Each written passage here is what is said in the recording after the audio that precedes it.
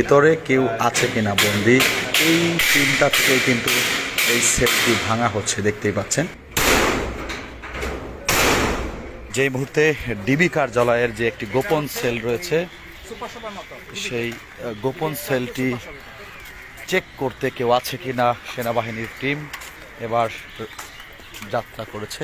এটি সেই ডিবি কার্যালয়, এখানে একটি গোপন সেল আছে, সেটি কিন্তু চেক করতে আসলে আসা, যে কেউ আটকা আছেন কিনা ভিতরে, সেটি কিন্তু খোঁজার জন্য আমাদের সেনাবাহিনীর টিম রয়েছেন।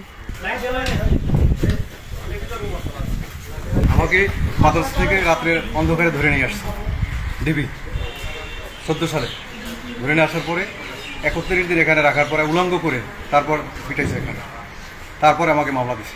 কত বছর ছিলেন? 2 বছর ছিলাম, 25 মাস সেই ডিবি এখানে। এত পরিমাণ ওরা নির্যাতন করছে আলেমদেরকে, উলঙ্গ করে নগ্ন মেয়েদেরকে আইনে আমাদের সামনে দিয়েছে, ওদের সাথে জেনা করা, মানে এমনভাবে উলঙ্গ করে মানে মেয়েদের সামনে আমাদেরকে দাঁড় করে দিচ্ছে, যাতে আমাদের ইমান ধ্বংস করার জন্য বহু চেষ্টা করছে। টর্চার ছিলাম, দেখে যান এদিকে, এই যে এখানে টর্চার ছিলাম, একটা রুমের ভিতরে 70-80 জন লোক রাখছে। আমি এই রুমটায় ছিলাম, এই রুমটার ভিতরে 150 লোক ছিলাম, এইটার ভিতরে এই এতটুকু রুমে 150 লোক ছিলাম। দেখতেই পাচ্ছেন, এটা মেয়েদেরকে রাখা হয়েছে, এটা মহিলাদেরকে রাখা হয়েছে, এই ছেলেটাকে দেখতেই পাচ্ছেন এই ডিবি কার্যালয়ের সেল। একটা প্রায় 150 মেয়েদেরকে রাখা হতো আলেমদেরকে সামনে দাঁড় করার জন্য, উলঙ্গ করে মেয়েদেরকে, বিশ্রী গন্ধ। এটি হচ্ছে ডিবি কার্যালয়ের সেল, দেখতে পাচ্ছেন। টর্চার করে উলঙ্গ করে তারপরে ওরা এমন ভাবে শাস্তি দিত যে এই জমিনে আমরা যেন আল্লাহর কথা না বলি, কোরআনের কথা না বলি, কালিমার কথা না বলি, এটাই আমাদের অপরাধ। কি অপরাধ জানি না,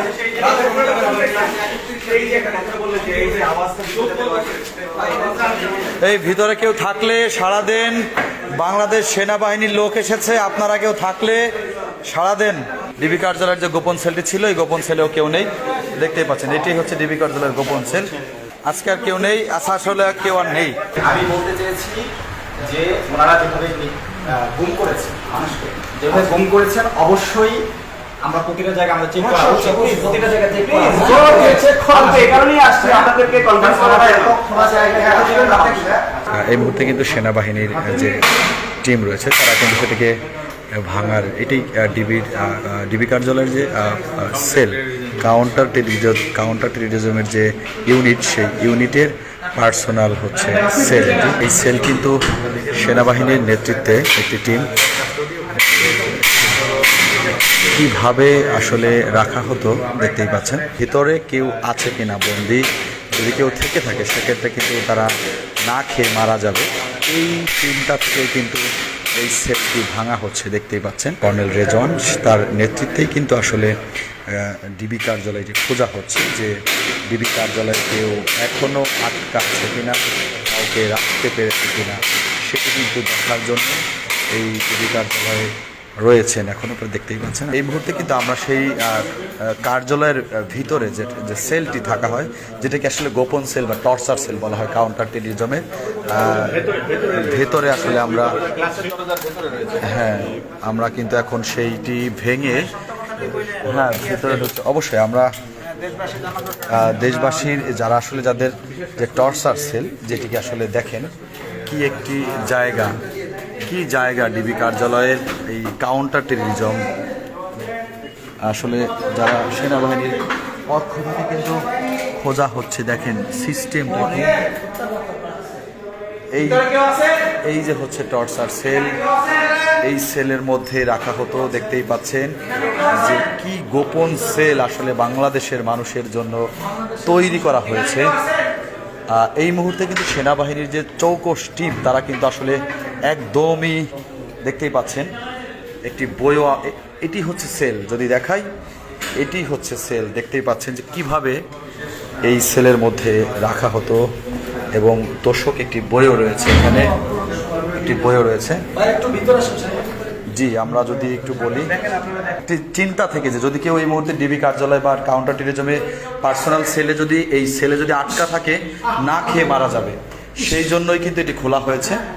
না খেয়ে যাতে কেউ না মারা যায়, এই মুহূর্তে দেখতেই পাচ্ছেন যে আসলে একটি কিন্তু মাদ্রাসার ছাত্রদের যে পাজামা সেটা কিন্তু দেখা যাচ্ছে, দেখতেই পাচ্ছেন। বই, কোরআন দেখেন, বই এবং আপেলটি তাজা আপেল, একটি আপেল আমরা পেয়েছি এই সেলের মধ্যে। কোরআন এবং হাদিসের বই রয়েছে। কেউ আছে? না, ওখানে নাই, কিন্তু ওনার ব্যবহার করা জিনিসপত্রগুলো আছে। আসলে কি সেল, আসলে এই সেল যদি স্বাভাবিক কোনো মানুষ আসে, তাকে যদি চোখ বেঁধে আনা হয়, সে কোথায় আছে বা কেমন জায়গায় আছে সেটি কিন্তু বলা কষ্টসাধ্য। কারো যদি চোখ বেঁধে এখানে আনা হয়, সেক্ষেত্রে কখনোই কিন্তু এটা বোঝা সম্ভব না যে কোথায় আছে।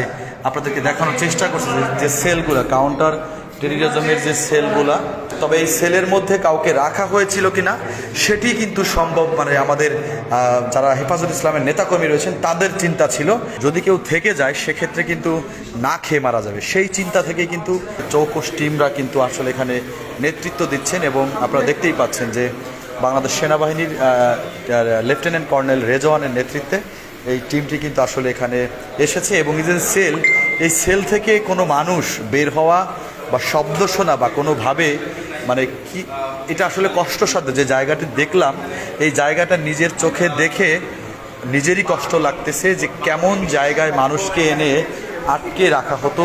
দেখতেই পাচ্ছেন এই যে এটি হচ্ছে ডিবি কার্যালয়ের সেল। এটি শুধুমাত্র এটি বাংলাদেশ সেনাবাহিনীর কে দিয়েই সম্ভব। তালা ভেঙে কিন্তু দেখানোর চেষ্টা করছে এবং আমাদের গণমাধ্যম কর্মীদের সুযোগ করে দিয়েছে যে যাতে আমরা নিজ চোখে দেখে যাই যে এখানে কেউ আছে কিনা। এখানে কিন্তু সিসি ক্যামেরাও রয়েছে, উপরের দিকে সিসি ক্যামেরাও রয়েছে এবং এখানে কিন্তু একটি মাদ্রাসার একজন ছাত্ররও কিন্তু যে কি বলে এটাকে পায়জামা বলে আসলে পরনের পোশাক, সেটিও কিন্তু দেখা যাচ্ছে। তবে যে আশঙ্কা করা হয়েছিল ভিতরে কেউ আছে কিনা সেটি কিন্তু আমরা দেখতে পাইনি।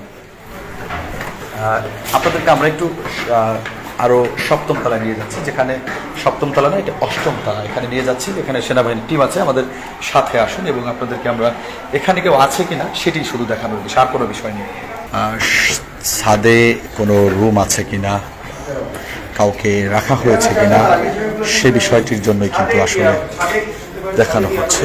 যে যদিও একজন ভাই আমাদেরকে বলছে যে 7 তারিখে এদের নেতৃত্বে সবাইকে নিয়ে যাওয়া হয়েছে ডিবি কার্যালয় থেকে, যদিও এটি আসলে এরা নাকি নিয়ে গিয়েছে, এমনটাই বলছেন আমাদের ডিবি কার্যালয়ের এক ভাই, যে 5 তারিখে যেদিন আমাদের সরকার পদত্যাগ করে সেদিন ডিবি কার্যালয়ে যারা বন্দী ছিল তাদের সবাইকেই নাকি নিয়ে গিয়েছে ভাই বলছেন। আর যদিও আজকে তাদের সন্দেহ ছিল যে গোপন কোনো ছেলে কেউ আটকা আছে কিনা সেটি শুধুমাত্র দেখার জন্য, কনফিউশন, যদি কেউ ভিতরে থেকে থাকে আসলে না খেয়ে মারা যাবে, এটাই হচ্ছে বিষয়। আসামি হোক আর যেই হোক আসলে ভিতরে থাকলে না খেয়ে মারা যাবে, যার জন্য কিন্তু আসলে এই কাজটি করা হচ্ছে। এবং আপনারা দেখতেই পাচ্ছেন যে আমাদের সেনাবাহিনীর যে টিম তারা কিন্তু ডিবির যে একটি সন্দেহের তালিকা ছিল সেটি কিন্তু একদমই এখন শেষ হয়ে যাবে, যে ভিতর আর কেউ আছে কিনা। ইতিমধ্যে ছাদের যে গেট সেটি কিন্তু তালা ভেঙে খোলা হলো এই মুহূর্তে। যেটি সন্দেহ করা হয়েছিল যে ছাদে কোনো রুম আছে কিনা সেটি কিন্তু আর নেই।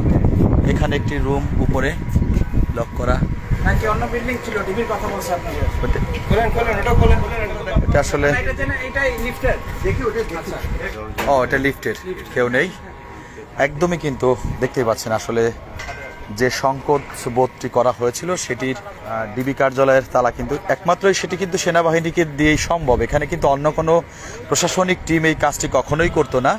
যদি এই মুহূর্তে দেশ কিন্তু দেশের, আপনারা জানেন যে সরকারের পদত্যাগের পর দেশের দায়িত্ব রয়েছেন সেনাবাহিনী, বাংলাদেশ সেনাবাহিনী, যাদের প্রতি মানুষের আস্থা বা ভরসা, বাংলাদেশের মানুষের কিন্তু সর্বশেষ আস্থা এবং ভরসা হচ্ছে সেনাবাহিনী। আমরা একদমই কাউন্টার টেরিজমের ছাদ থেকে আপনাদের দেখানোর চেষ্টা করছি যে দেখতেই পাচ্ছেন তাদের যে একটি চিন্তা ভয় ছিল যে ভিতরে কেউ আটকা আছেন কি না, কেউ আটকা থাকলে না খেয়ে মারা যাবে, সেই জন্যই কিন্তু আসলে এই জায়গা এসে সেনাবাহিনীর নেতৃত্বে কিন্তু একদমই পঙ্খরে একদমই চিরুনি অভিযান করা হয়েছে কোনো মানুষ আছে কিনা, কেউ ভিতরে বন্দি আছে কিনা এটি দেখার জন্য কিন্তু, তবে কাউকে কিন্তু পাওয়া যায়নি ভিতরে।